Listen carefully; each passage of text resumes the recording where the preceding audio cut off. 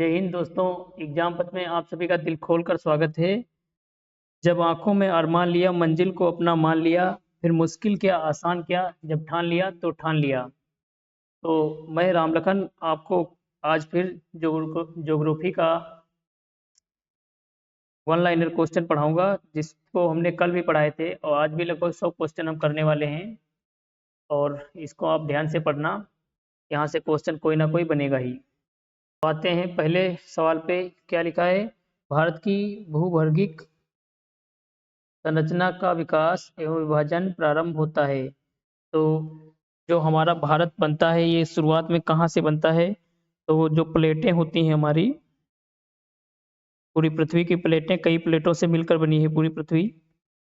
तो उसमें अंगारा लैंड जो होता है, अंगारा लैंड और गोंडवाना लैंड दोनों से मिलकर बनी हुई है। अगला सवाल, भारत में पाई जाने वाली चट्टानों में प्राचीनतम चट्टानें हैं आर्कियन।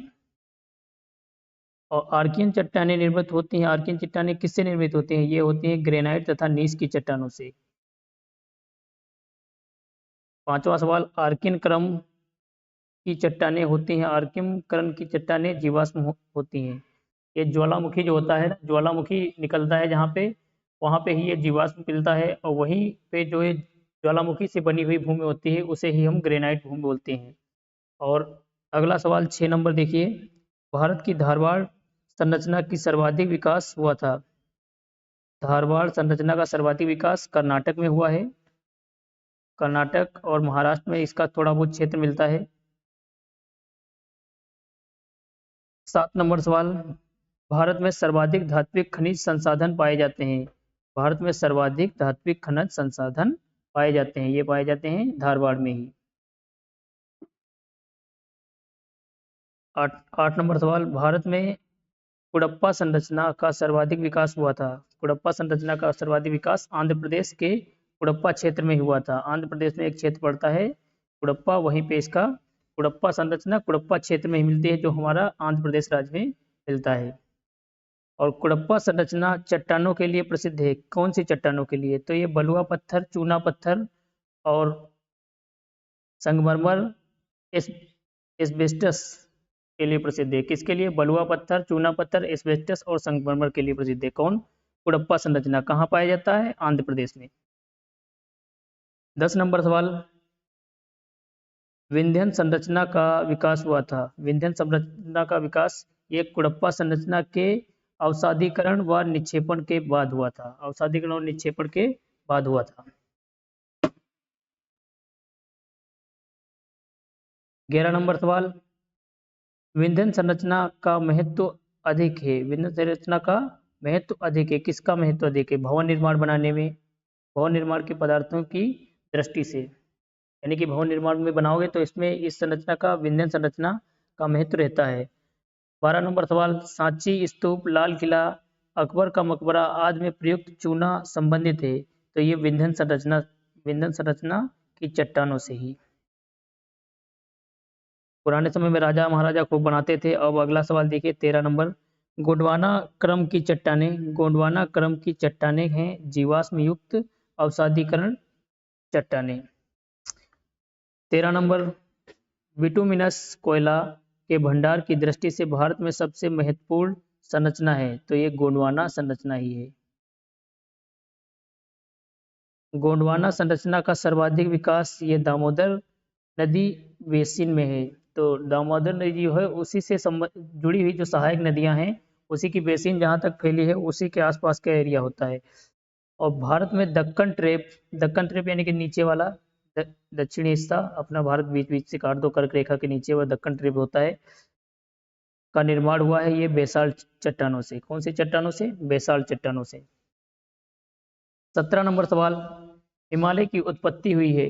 तो हिमालय की उत्पत्ति किससे हुई है? हिमालय की उत्पत्ति भारतीय तथा यूरेशियन प्लेट की टक्कर के द्वारा हुई है।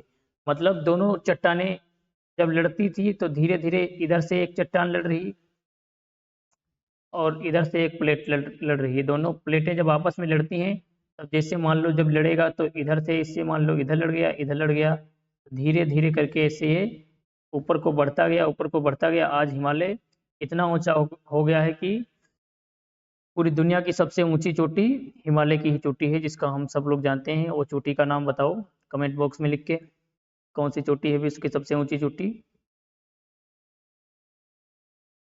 18 नंबर सवाल, भारत में भूवैज्ञानिक समूहों के बनने का तथा उनकी आयु के आधार पर सही अनुक्रम है।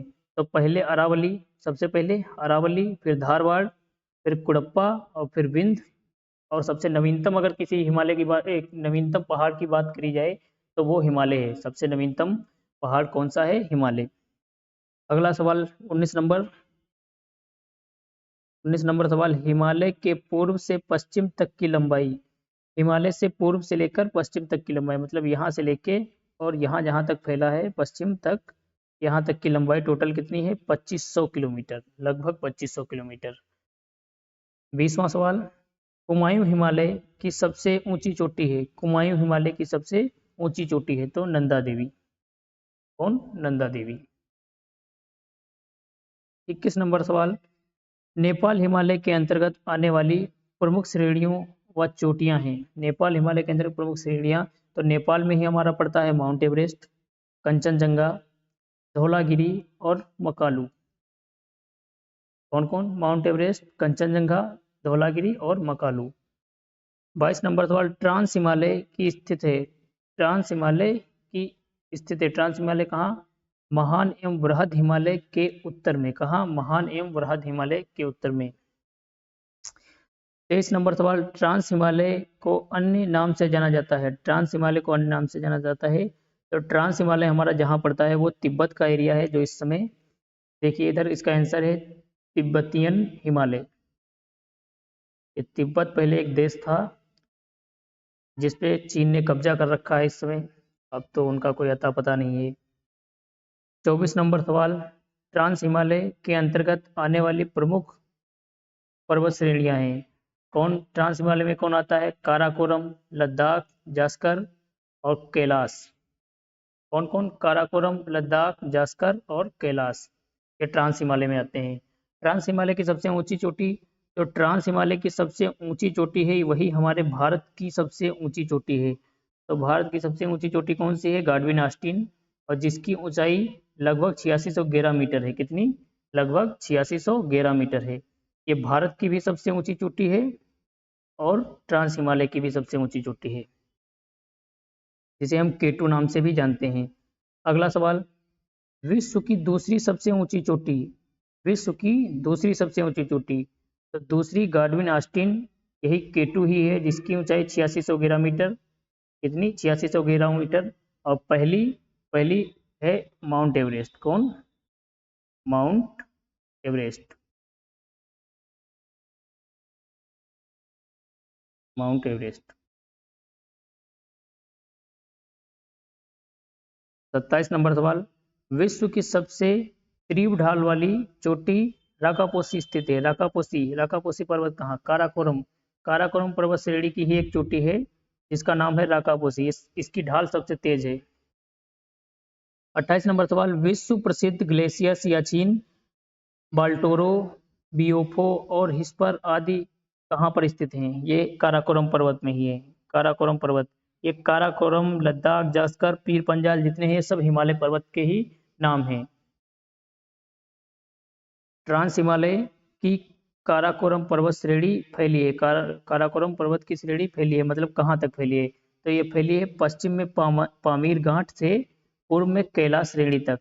पामीर घाट जिसको हम विश्व की छत बोलते हैं, पामीर घाट को विश्व की छत बोलते हैं, और कैलाश श्रेणी तक। कैलाश श्रेणी जो वर्तमान में चीन तक फैली है, चीन में पहुंचेगी ये, जहां तिब्बत था पहले। और 30 नंबर सवाल, उच्च एशिया की रीढ़ कहा जाता है। उच्च एशिया की रीढ़ कहा जाता है काराकोरम पर्वत श्रेणी को। किसको? काराकोरम पर्वत श्रेणी को। अगला सवाल, अगला सवाल आते हैं 31 नंबर पे। तो वृहद हिमालय की सबसे ऊंची चोटी, वृहद हिमालय की सबसे ऊंची कौन सी है? तो वृहद हिमालय की सबसे ऊंची चोटी है माउंट एवरेस्ट, और माउंट एवरेस्ट ही विश्व की सबसे ऊंची चोटी है। इसकी ऊंचाई लगभग 8848.86 मीटर है। अगला सवाल आते हैं 32 नंबर, माउंट एवरेस्ट की ऊंचाई देखो अभी हमने बताया माउंट एवरेस्ट की ऊंचाई 8,848.86 मीटर है। 33 नंबर सवाल, पूर्ण रूप से भारतीय क्षेत्र में अवस्थित सबसे ऊंची पर्वत चोटी कौन सी है? तो पूर्ण रूप से भारत में अवस्थित, तो पूर्ण रूप से जो है सिक्किम, जो कि हमारा हिस्सा हो गया है, 22वां राज्य बनाया गया था। कल हमने आपको बताया था कि कौन सा संविधान संशोधन करके इसको हमने अपने देश में मिलाया था सिक्किम राज्य को। तो वो आप कल का वीडियो देख के बता सकते हो, या आपको पता हो तो कमेंट बॉक्स में लिख सकते हो। तो बताना है क्या कि सिक्किम को भारत का राज्य बनाया गया था कौन सा संविधान संशोधन करके। और यहाँ हमारा सवाल क्या था, पूर्ण रूप से भारतीय क्षेत्र की सबसे अवस्थित ऊंची चोटी कौन सी है? तो ये है कंचनजंगा। कंचनजंगा की ऊंचाई है कितनी? 8598 मीटर, 8598 मीटर।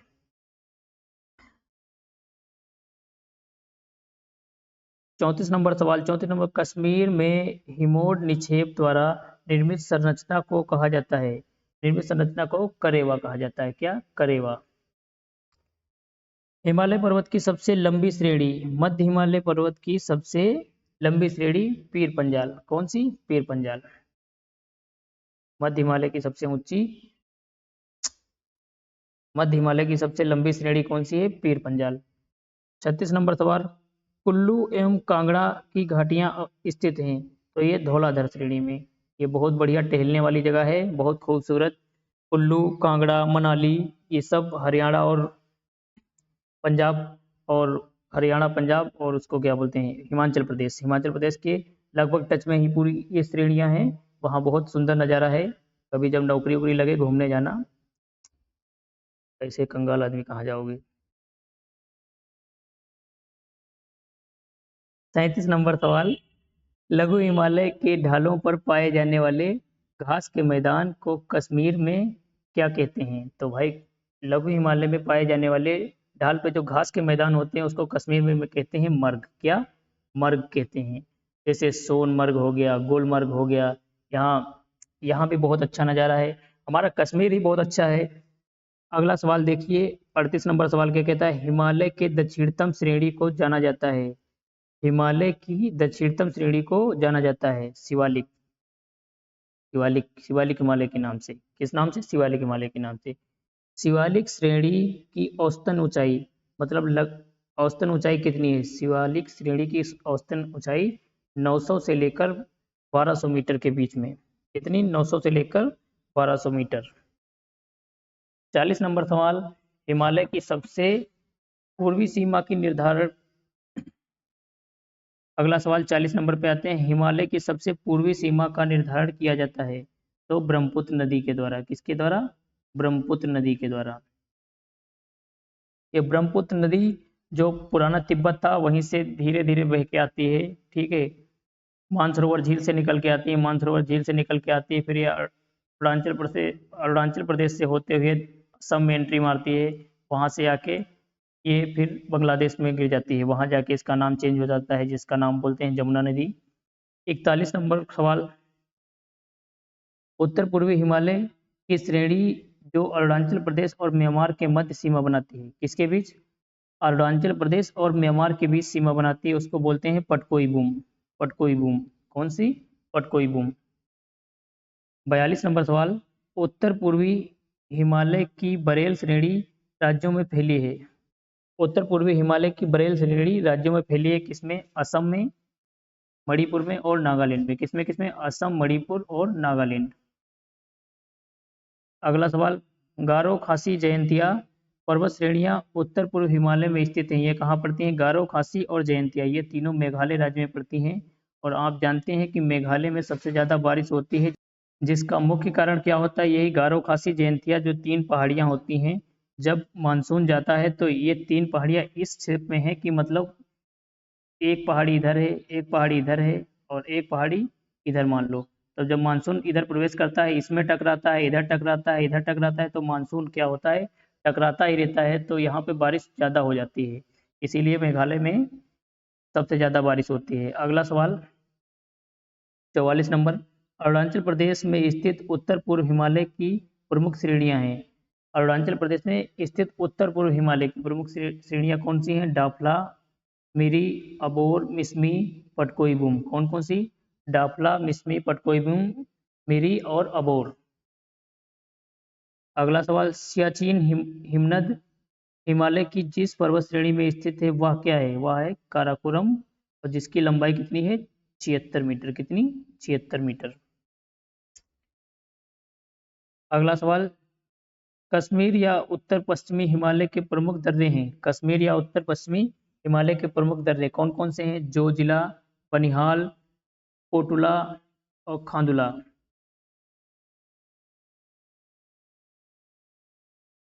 अगला सवाल 47 नंबर, कश्मीर तथा उत्तर पश्चिमी हिमालय की प्रमुख झीलें। कश्मीर और उत्तर पश्चिमी हिमालय की कौन? डल झील, वूलर झील।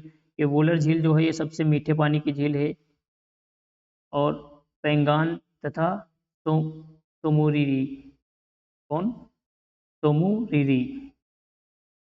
48 नंबर सवाल, हिमाचल व उत्तराखंड हिमालय क्षेत्र की सबसे बड़ी घाटी कौन सी है? हिमाचल व उत्तराखंड हिमालय की सबसे बड़ी घाटी देहरादून। कौन सी? देहरादून।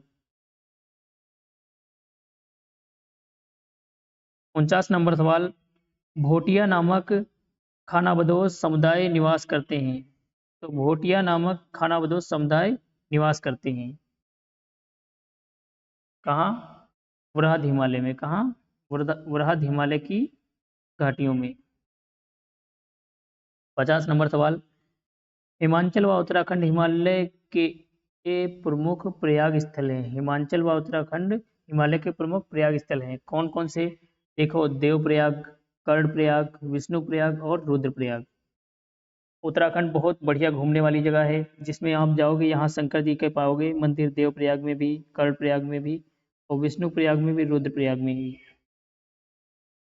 अगला सवाल है 51 नंबर, अरुणाचल हिमालय क्षेत्र में निवास करने वाली प्रमुख जनजातियां हैं। कौन कौन सी? मोनपा, डापला, अबोर, मिसमी, निसी, नागा। नागा नागालैंड में पड़ेगा। और ये आपको मैंने पहले ही पहाड़ियाँ बता दिया है, लगभग जो पहाड़ी होती है जनजातियों का नाम भी सेम वही पड़ जाता है। और 52 नंबर सवाल, पूर्वी पहाड़ियों और पर्वत में स्थित प्रमुख झीलें। कहाँ? पूर्वी पहाड़ियाँ, पूर्व मतलब अरुणाचल प्रदेश के एरिया तरफ कौन सी झील पड़ती है इधर? लोकटक झील। लोकटक झील ये मणिपुर में पड़ती है। लोकटक झील कहाँ? मणिपुर घाटी में स्थित है। और लोकटक झील जहाँ पे है, यहाँ पे एक राष्ट्रीय उद्यान है, उसका नाम है केबुल लामजाओ। क्या नाम है? केबुल लामजाओ। और ये केबुल लामजाओ जो है, केबुल लामजाओ, ये एकमात्र ऐसा राष्ट्रीय उद्यान है जिसको हम तैरता हुआ राष्ट्रीय उद्यान कहते हैं। 53 नंबर सवाल, मोलेसिस बेसिन कहा जाता है। मोलेसिस बेसिन किसको कहते हैं? मिजोरम को। क्या? मिजोरम को कहते हैं। 54 नंबर सवाल, घाटी जिसे देवताओं की घाटी कहा जाता है। तो देवताओं की घाटी कुल्लू घाटी जो है, कुल्लू घाटी, ये हरियाणा और हिमाचल प्रदेश के दोनों के बॉर्डर में पड़ती है कुल्लू घाटी, वहीं उसी को बोलते हैं देवताओं की घाटी। 55 नंबर सवाल, हिमाचल प्रदेश की घाटी जो छोटा यूनान के रूप में प्रसिद्ध है। हिमाचल प्रदेश की वह घाटी जो छोटा यूनान के नाम से प्रसिद्ध है। छोटा यूनान किसको बोलते हैं? मालना की घाटी को। किसको? मालना की घाटी को। 56 नंबर सवाल, उत्तराखंड की घाटी जिसे यूनेस्को द्वारा बायोस्फीयर नेटवर्क में वर्ष 2004 में शामिल किया गया था। किसके द्वारा? यूनेस्को द्वारा। यूनेस्को द्वारा बायोस्फीयर नेटवर्क 2004 में शामिल किया गया था। इसको बोलते हैं फूलों की घाटी। क्यों? कौन सी? फूलों की घाटी। न्योरा, न्योरा घाटी का राष्ट्रीय पार्क घोषित किया गया था। न्योरा घाटी राष्ट्रीय पार्क कब घोषित किया गया था? सन 1986 में। कब? सन 1986 में। 58 नंबर सवाल, शांत घाटी, शांत घाटी जिसको हम साइलेंट वैली बोलते हैं इंग्लिश में, स्थित है कहाँ? केरल में। कहाँ? केरल में। शांत घाटी कहाँ है? केरल में। 59 नंबर सवाल, भाबर क्षेत्र का दक्षिणी दलदली भाग जाना जाता है। भाबर क्षेत्र का दक्षिणी दलदली भाग जाना जाता है तराई क्षेत्र। कौन सा? तराई क्षेत्र। तराई क्षेत्र को ही भाबर क्षेत्र का दलदली भाग माना जाता है। 60 नंबर सवाल, तराई क्षेत्र का निर्माण होता है। तराई क्षेत्र का निर्माण कैसे होता है? मतलब बारीक कंकड़ और पत्थर, रेत, चिकनी मिट्टी से मिलकर। इससे बारीक कंकड़, पत्थर, रेत और चिकनी मिट्टी से मिलकर किसका निर्माण होता है? तो वो निर्माण होता है किसका? तराई क्षेत्र का। 61 नंबर सवाल, तराई क्षेत्र किन फसलों के लिए उपयुक्त होते हैं? तो तराई क्षेत्र किन फसलों के लिए उपयुक्त होते हैं? तो तराई वाला क्षेत्र हमारा उत्तर प्रदेश ही है। उत्तर प्रदेश में देखिए, उत्तर प्रदेश, बिहार ये पड़ता है। यहाँ देखो क्या ज़्यादा होता है, गन्ना होता है, चावल होते हैं, गेहूँ होते हैं। और हम जहाँ रहते हैं ये हमारा बढ़िया 1 नंबर तराई वाला क्षेत्र है। यहाँ पे ये तीनों चीज़ भरपूर मात्रा में होती है। 62 नंबर सवाल, 62 नंबर सवाल, बांगर क्षेत्र का निर्माण होता है। बांगर क्षेत्र का निर्माण कहाँ से होता है? तो बांगर क्षेत्र उसको बोलते हैं जो पुरानी जलोढ़ मिट्टी होती है ना, उसी को ही हम बांगर बांगर मिट्टी बोलते हैं। कौन सा? पुरानी जलोढ़ मिट्टी जो होती है उसको हम बांगर क्षेत्र बोलते हैं या बांगर मिट्टी बोलते हैं। 63 नंबर सवाल, उत्तरी मैदान का क्षेत्र जो कृषि के लिए सर्वोत्तम होता है। उत्तरी मैदान का क्षेत्र जो कृषि के लिए सर्वोत्तम होता है, कौन सा? खादर। खादर मिट्टी जो होती है ये नवीनतम जलोढ़ होती है, उसको ही खादर मिट्टी बोलते हैं। 64 नंबर सवाल, खादर भूमि में नमी धारण करने की क्षमता अधिक होती है। मतलब खादर भूमि जो है इसमें नमी धारण की क्षमता अधिक होती है। तो क्यों अधिक होती है? तो चीका की अधिकता के कारण। किसके कारण? चीका की अधिकता के कारण।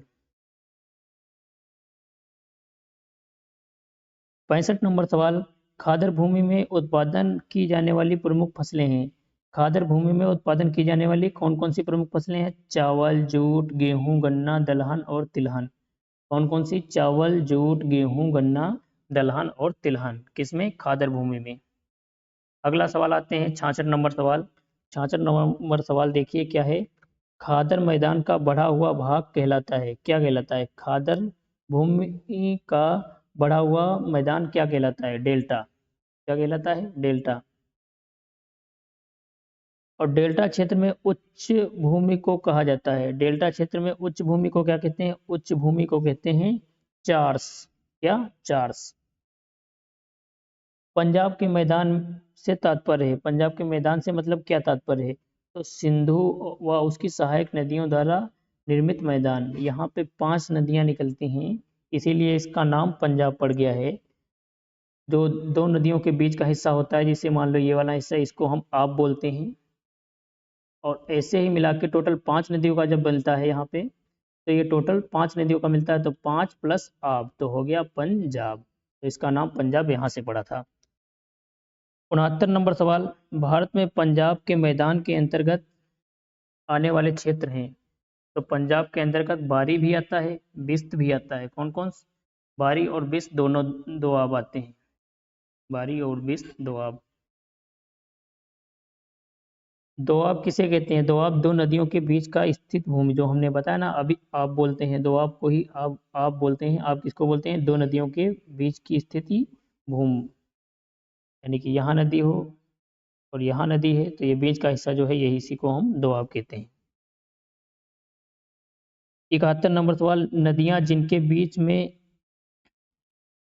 71 नंबर सवाल, नदियां जिनके बीच का क्षेत्र बिस्त दोआब कहलाता है, वो कौन कौन सी हैं? बिस्त से याद रखना। बी जो है, बी से व्यास, बी से हो गई आपकी व्यास। और ता, सा और ता, बिस्त, बिस्त, सत, सत जो बच रहा है, सत से हो गई सतुल। कौन सी? सतुल। तो बिस्त से, बी से याद कर लिए व्यास, और आधा सा और ता से सत हो रहा, सत से सतजुल। दोनों नदियों के बीच के हिस्सा को क्या बोलते हैं? बिस्त। बिस्त दोआब होता है ये। और बारी दोआब, बारी दोआब किन नदियों के बीच का क्षेत्र को कहा जाता है? तो बारी में बा से तो व्यास हो गया, और री से रावी, री से रावी। तो व्यास और रावी से जो दोआब बनता है उसको बोलते हैं बारी।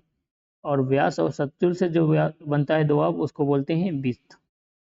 73 नंबर सवाल, रचना दोआब किन नदियों के बीच में स्थित है? रचना, रच से आपका रा से जो हो गया रावी, रा से क्या हो गया? रावी। और चना, चना से मतलब चेनाब। कौन सी नदी? चेनाब। तो चेनाब और रावी से बनता है रचना, रचना दोआब। और व्यास और रावी से बनता है दो, बारी दोआब। और व्यास और सतजुल से बनता है बिस्त। कौन सा? व्यास और सतजुल से बिस्त, और व्यास और रावी से बारी। और रचना, रचना बनता है आपका रावी और चेनाब से। 74 नंबर, चच दोआब। चच दोआब किन नदियों के बीच में स्थित है? तो चच है झेलम और चेनाब। किससे? झेलम और चेनाब के बीच का हिस्सा।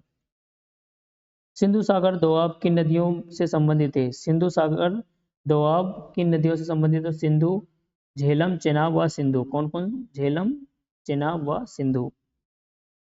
75 सेंटीमीटर या उससे कम वार्षिक वर्षा वाले क्षेत्र क्यों क्या कहते हैं?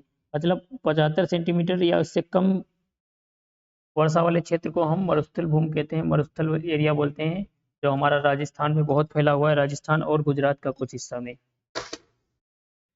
अगला सवाल 77 नंबर सवाल देखिए। 77 नंबर सवाल, विश्व के मरुस्थलीय क्षेत्र में सर्वाधिक जनसंख्या घनत्व वाला मरुस्थल है? सर्वाधिक जनसंख्या घनत्व वाला थार का मरुस्थल। थार का मरुस्थल हमारा राजस्थान में पड़ता है। राजस्थान का आधे से ज़्यादा हिस्सा थार मरुस्थल में है, और उसके साइड में गुजरात में भी कुछ हिस्सा है जिसे हम कच्छ कच्छ बोलते हैं। 78 नंबर सवाल, सफ़ेद मरुस्थल कहा जाता है? तो सफ़ेद मरुस्थल कच्छ के रण को ही सफ़ेद मरुस्थल कहते हैं। और यहाँ क्या पाया जाता है? यहाँ सबसे ज़्यादा जंगली गधे पाए जाते हैं। कौन? जंगली गधे।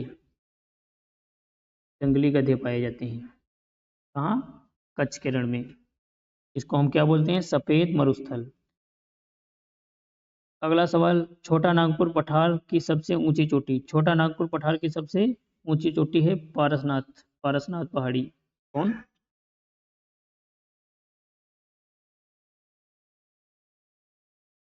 80 नंबर सवाल। 80 नंबर सवाल, मेघालय के पठारी क्षेत्र में निवास करने वाली प्रमुख जनजातियां हैं। मेघालय के पठारी क्षेत्र में निवास करने वाली कौन कौन सी प्रमुख जनजातियां? तो मेघालय में 3 ही पहाड़ियां जो हमने आपको पहले ही बता दिया है, गारो, खासी और जयंतिया। कौन कौन? गारो, खासी, जयंतिया। तो हमने बताया ना कि मतलब जो पहाड़ी होती है जनजाति का नाम उन्हीं पहाड़ियों के नाम पे ही दे दिया जाता है।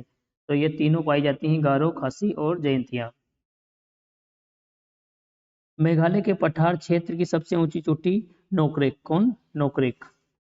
मेघालय के पठार क्षेत्र की सबसे ऊंची चोटी कौन सी होगी? नोकरेक। कर्नाटक के पठारी क्षेत्र की सबसे ऊंची चोटी, कर्नाटक के पठारी क्षेत्र की सबसे ऊंची चोटी कौन सी है? मुल्यांगिरी। कौन? मुल्यांगिरी।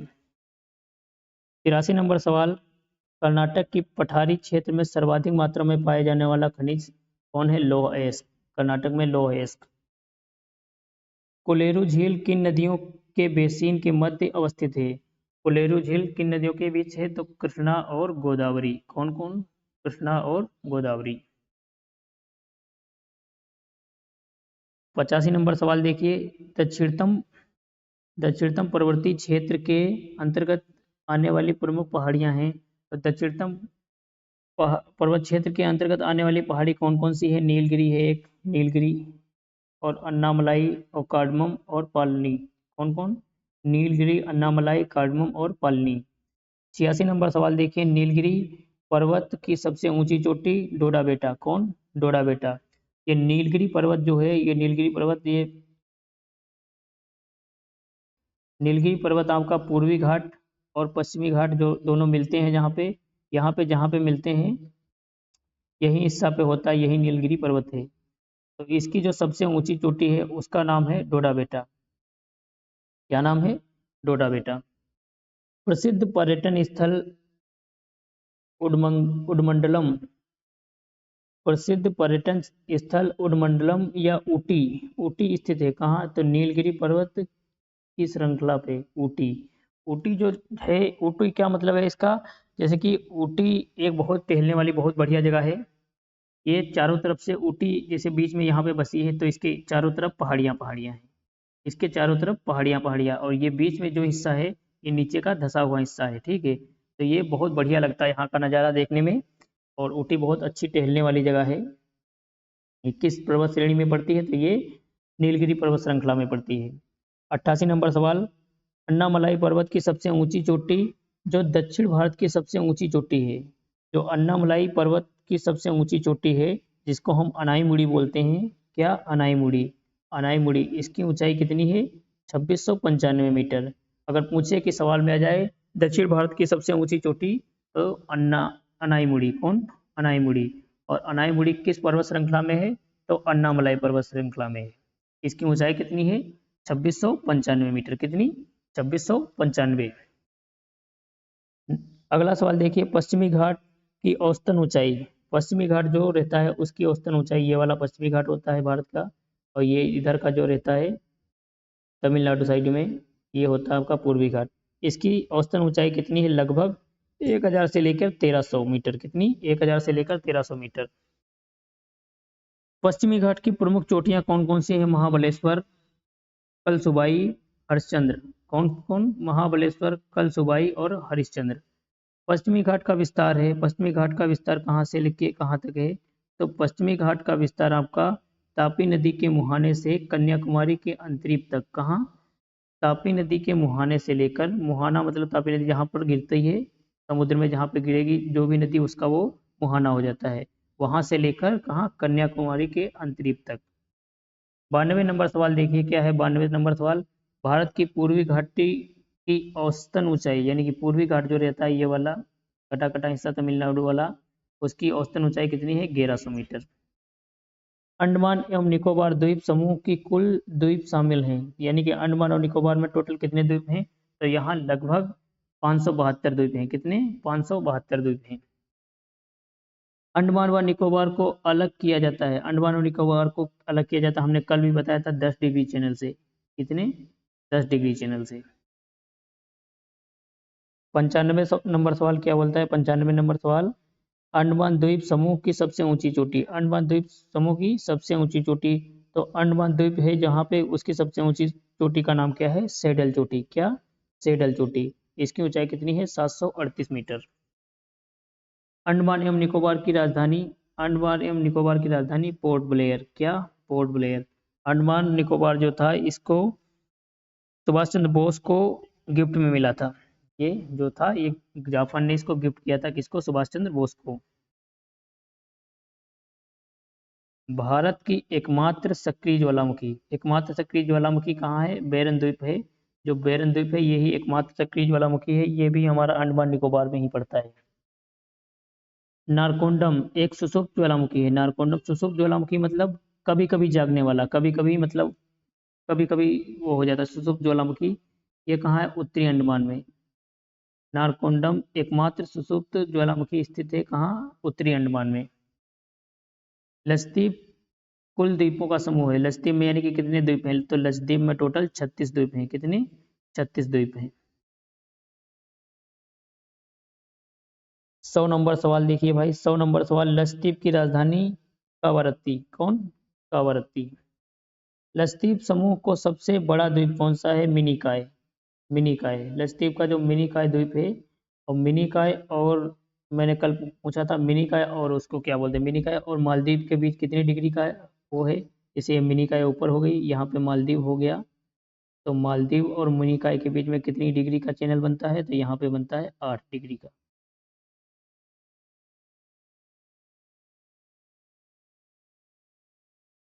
अगला सवाल देखिए, 102 नंबर सवाल, पुलिकट झील, जो पुलिकट झील है वो बंगाल की खाड़ी में से अलग करता है। पुलिकट झील को बंगाल की खाड़ी से कौन अलग करता है? तो श्रीहरिकोटा। श्रीहरिकोटा जो है ये हमारा श्रीहरिकोटा ये अलग करता है किसको? बंगाल की खाड़ी से पुलिकट झील को। 103 नंबर सवाल देखिए, दुनिया का सबसे बड़ा नदी द्वीप है। दुनिया का सबसे बड़ा नदी द्वीप कौन है? मांजुली द्वीप। और मांजुली द्वीप कहाँ पड़ता है? आपको ये बात कमेंट बॉक्स में लिखना है, मांजुली द्वीप कहाँ पड़ता है और किस नदी पे बनता है ये? किस नदी पे बनता है? सवाल ये रहेगा, कमेंट बॉक्स में आंसर आना चाहिए, मांजुली द्वीप किस नदी पे और किस राज्य में पड़ता है? ये दुनिया का सबसे बड़ा नदी द्वीप है। और एक लास्ट क्वेश्चन आज का, पूर्वी घाट की सबसे ऊंची चोटी। तो पूर्वी घाट की सबसे ऊंची चोटी महेंद्रगिरी, जो हमारी उड़ीसा में पड़ती है। तो दोस्तों, एक बार घर जाके अपने सारे क्वेश्चन रिपीट कर लेना, और हमारे चैनल को सब्सक्राइब करो और शेयर करो, और ऐसे ही महत्वपूर्ण क्वेश्चन आंसर पाने के लिए और सीखने के लिए जो आपको सिलेक्शन दिलाएंगे, तो इसको सपोर्ट करो हम लोगों को, और वीडियो को जितना हो सके शेयर करो, और जो 2-3 क्वेश्चन हमने पूछा है उसके आंसर कमेंट बॉक्स में ठोक दो। और इसी के बाद, और पूरा वीडियो देखने के लिए धन्यवाद। जय हिंद।